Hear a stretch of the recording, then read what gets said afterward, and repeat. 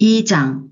더 단단한 사장이 되는 데 필요한 생각에 대한 생각.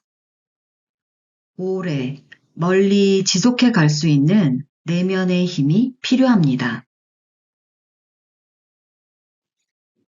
023. 칭찬과 비난을 대하는 태도. 칭찬도 잘 받는 방법이 있다.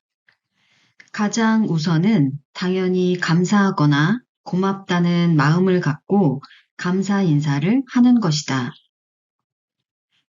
또한 자신이 받는 칭찬에 공헌한 사람이 있으면 이를 언급해 칭찬을 반드시 나눠야 한다.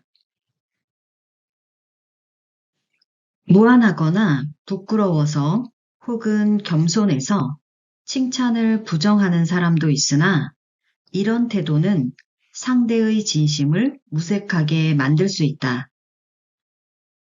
받을 만한 일이면 받아도 된다.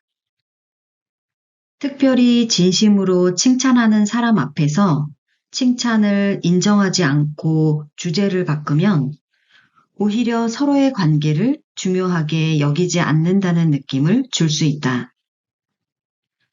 칭찬은 일종의 무형의 선물이다. 선물을 거절하면 때때로 주는 사람에게도 모욕이 된다. 칭찬에도 좋은 것과 나쁜 것이 있다. 그래서 칭찬을 받으면 항상 이 칭찬이 진심인지 아닌지 주의해야 한다. 어떤 칭찬은 당신을 조종하거나 통제하기 위해 진실하지 않은 칭찬을 하는 경우도 있다. 따라서 이 칭찬이 당신을 특정 방식으로 계속 행동하게 하기 위한 것인지 아닌지 구별해야 한다. 물론 반대로 당신이 남들에게 사용할 수도 있다. 즉, 칭찬하는 사람과 주는 사람 사이에 작용하는 힘의 역학을 인식해야 한다. 칭찬은 다른 사람에 대한 통제력을 얻는데 사용될 수 있기 때문이다. 결국 감사하되 그것을 궁극적인 진실로 받아들이지 말고 칭찬 자체가 매우 주관적이라는 것을 기억해야 한다. 비난에 대해서도 동일한 태도를 가져야 한다. 우리는 비난에 익숙하지 않다. 특히 공개적인 비난을 받는 일은 구석에 가둬놓고 때리는 느낌을 받을 수 있다. 비난 중에도 건설적인 비난이 있다. 건설적인 비난은 당신의 발전을 돕기 위한 의도로 제공된다. 이 경우 개인적으로 나쁜 감정이 없다. 물론 나쁜 감정이 없다고 모두 건설적인 비난은 아니다. 정보가 모자라거나 오해나 질투로 인한 비난도 있기 때문이다. 이런 비난은 그냥 무시해도 된다. 대부분의 건설적 비난은 구체적이고 실현 가능하고 개선이 필요한 요구가 있다. 이런 문제들은 나를 위한 비난이라 생각하고 개선하기 위해 노력해야 한다. 인스타에 올린 글을 보고 오타나 문법적 오류가 있다고 말해주는 것은 건설적인 비난이다. 그러나 작가라는 사람이 그런 것도 모르냐며 돈은 있어도 머리는 없냐는 비난은 그냥 무시해도 된다. 그렇게 말하는 사람의 마음속에 들어있는 자만과 무례함을 안타까워하면 그만이다. 파괴적인 비난은 당신을 해치거나 비하하려는 의도로 드러난다. 심지어 이런 비난은 개선해야 할 부분을 정확히 알려주지 않기에 감정적 비난으로 이어진다. 이런 행위로 당신을 해하려는 것이 주 목적인 비난이다. 비난 역시 칭찬과 마찬가지로 다른 사람에 대한 통제력을 얻는 데 사용될 수 있다. 이것이 최종 목적인 비난도 상당하다. 비난을 들으면 가장 먼저 조심해야 할 것은 자신의 자존감에 영향을 미치지 않도록 하는 일이다. 비난한 당사자의 권위나 그 숫자의 위압을 느끼지 않고 이를 통해 더 나은 사람이 되도록 노력해야 한다. 부정적이고 파괴적인 비난에 자기 스스로에게 상처 주지 않고 응대하는 가장 좋은 방법은 유머다. 비난의 내용은 무시하되 그 내용을 유머러스하게 응대하면 비난이 무색하게 되며 당신은 너그러운 사람이 된다. 처칠과 정치적인 의견을 달리하던 한 여성 정치인이 처칠에게 독설적인 비난을 하며 당신이 내 남편이라면 난 커피에 독을 타서 당신에게 줬을 거예요. 라고 말하자 처칠은 웃으면서 대답했다. 내가 당신 남편이었다면 난 커피를 마셨을 거요. 간디 역시 대단한 말재주로 상대의 비난을 무색하게 한 이야기가 있다. 영국에서 대학에 다니던 시절 자신에게 고개를 숙이지 않는 간디를 아니 꼽게 여기던 피터스라는 교수가 있었다. 하루는 간디가 대학 식당에서 점심을 먹고 있었는데 피터스 교수가 옆에 다가가 앉았다.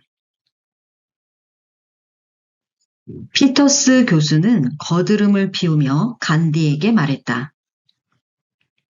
간디군, 아직 잘 모르는 모양인데 돼지와 새가 함께 앉아서 식사를 하는 경우는 없다네. 그러자 간디는 이렇게 말하고 자리를 옮겼다. 아, 걱정 마세요, 교수님. 그럼 저는 다른 곳으로 날아갈게요. 두 번째로 좋은 대처는 무시다. 비이성적인 비판이나 악플을 대하는 유시민 작가의 대처법은 매우 유용하다. 악플은 그 대상이 된 사람의 잘못이 아니며 그 사람이 해결해야 할 문제도 아닙니다.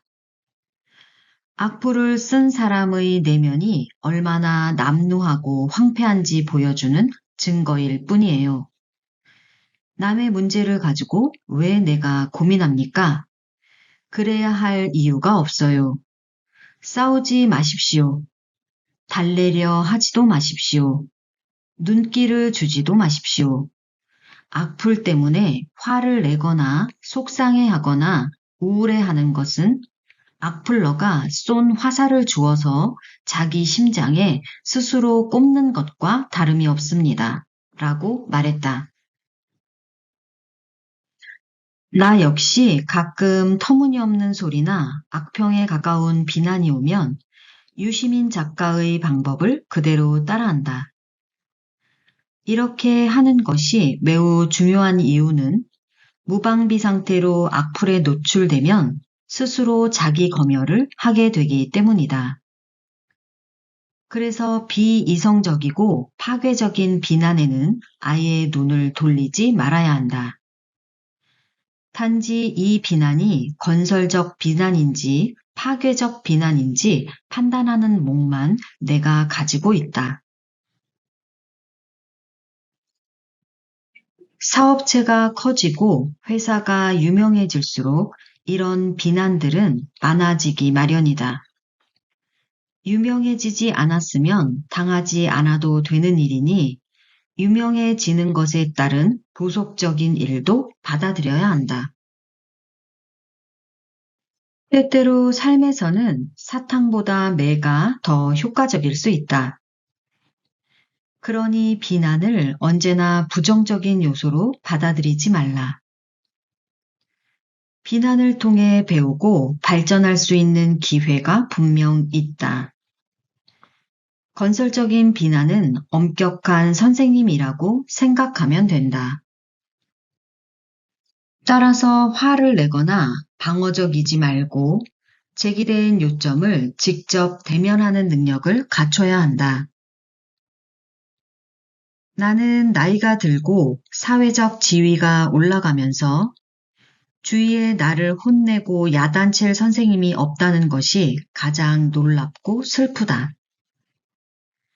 이제 그런 선생은 비난을 통해서만 만날 수 있다. 결국 칭찬과 비난은 한 몸이다. 성질은 전혀 다르나 우리를 다루는 모습은 똑같다. 칭찬도 비난도 결국 당신의 존재성의 발현이다. 두 가지 모두 피드백의 한 형태로 봐야 한다. 이런 상황을 학습 기회로 사용하면 잘한 부분과 개선해야 할 부분을 식별할 수 있다. 두 가지 모두 우리의 자존감에 영향을 주기에 칭찬받아도 우쭐하고 교만해지지 말고 비난받아도 슬퍼하고 자책감을 갖지 말아야 한다. 칭찬은 설탕이고 비난은 소금이다. 설탕이 먹기는 달콤하지만 너무 많이 먹으면 해가 된다. 소금 역시 많이 먹기는 곤욕스럽지만 없으면 안 된다. 즉, 설탕을 잘 다루려면 비난도 잘 다뤄야 한다. 그래야 단짠의 조화가 어울리게 되는 것 아니겠는가? 작은 성공에 지나치게 아첨하는 사람에게 빠져들지 말고 이유 없는 비난에 상처받지도 말라. 원래 칭찬과 비난이 종이 한 장 차이거나 동전의 양면과 같다. 가장 많은 칭찬을 하던 사람이 가장 많은 비난을 하는 사람이 될 수 있다. 반대로 가장 많이 비난하던 사람이 나의 가장 큰 지지자가 되기도 한다. 특히 온라인 세상에서는 이런 일들이 흔히 일어난다. 궁극적으로 당신만이 당신 인생을 조정할 수 있다. 칭찬이나 비난은 당신 삶의 도구로 사용할 뿐, 칭찬이 목적이 되거나 비난이 당신의 모습이 아님을 알아야 한다. 지나친 칭찬과 불필요한 비난을 막는 해결책은 다른 사람들이 당신에 대해 어떻게 생각하는지 신경 쓰지 않고 스스로 당신이 돼가는 것이다. 칭찬과 비난을 통해 실행 가능한 것을 취하고 나머지는 모두 무시하라. 당신 차는 당신이 운전한다. 운전대를 좌우로 당기는 손을 모두 물리치고 스스로 가라. 024. 정리, 정돈, 청소, 청결의 힘. 정리, 정돈, 청소, 청결. 이 네 가지 가치는 제조뿐만 아니라 모든 사업에 적용해야 한다. 이 네 가지를 잘하면 비용 절감, 업무 효율, 사고 방지에 탁월한 효과를 가져온다. 나는 특별한 업무가 없는 곳에도 몇 가지 테크닉을 넣어놨다. 농장 2층 숙소 서랍마다 무엇이 들어있는지 표기해놨다. 새로운 방문자가 묵을 때마다 모든 서랍을 열어보며 수건이나 그릇을 찾을 필요가 없다. 헛간 한쪽에는 열쇠 박스가 있다. 열쇠 박스에는 농장에서 쓰는 모든 차의 열쇠마다 이름표가 달려있고 놓은 위치도 표기돼 있다. 어떤 키가 없어지면 바로 알 수 있고 누군가 차를 쓰고 나면 정해진 곳에 가져다 놓도록 해서 다른 근무자들이 키를 찾으러 다닐 필요가 없다.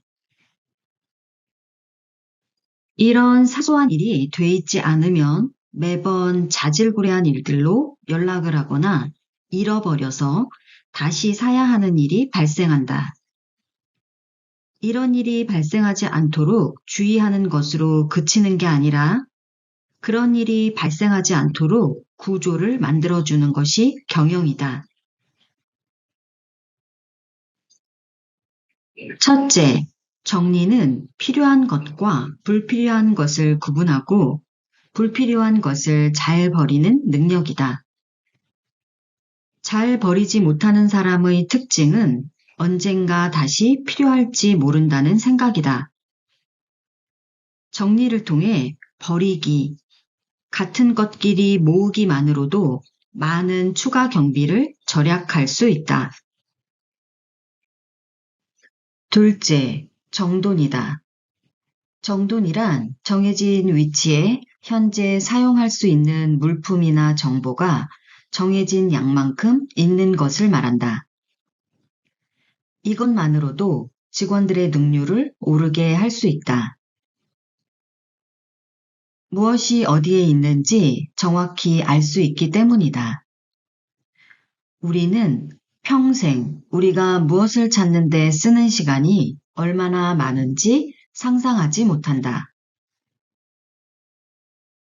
셋째, 청소다. 청소의 중요성은 아무리 강조해도 부족하다. 청소는 환경 문제라기보다 철학의 문제다. 나는 경쟁사에 방문하거나 주식 투자, 그리고 식당에 다닐 때마다 화장실을 열어본다. 화장실 청소가 잘 돼 있는 곳은 위생적인 관리를 넘어 정리정돈이 이미 잘 되고 있다는 뜻이기에 높은 신용 점수를 부여한다. 정리정돈이 되지 않는 상태에서의 청소는 의미가 없다. 또한 청소는 공간 사용 가치를 높이고 보다 건강한 삶을 보장한다. 넷째, 청결은 청소가 습관화된 상태를 말한다. 봄맞이 대청소처럼 일회성으로 깨끗하게 하는 것으로는 부족하다. 이 상태가 계속 유지돼야 한다. 언제 봐도 문제점이 발견될 수 있도록 하려면 언제나 깨끗한 관리가 생활화돼야 한다. 이것을 사장 본인부터 습관화해야 한다. 이 모든 과정이 회사 안에 들어와 있다면 분실, 파손, 악성 재고 같은 문제가 해결되면서 비용이 절감되고 무엇을 찾고 전달하고 재구매하는 시간을 줄일 수 있어 업무 효율이 늘어난다. 또한 위생 문제나 안전사고도 줄고 도난사고도 방지할 수 있는 효과가 있다.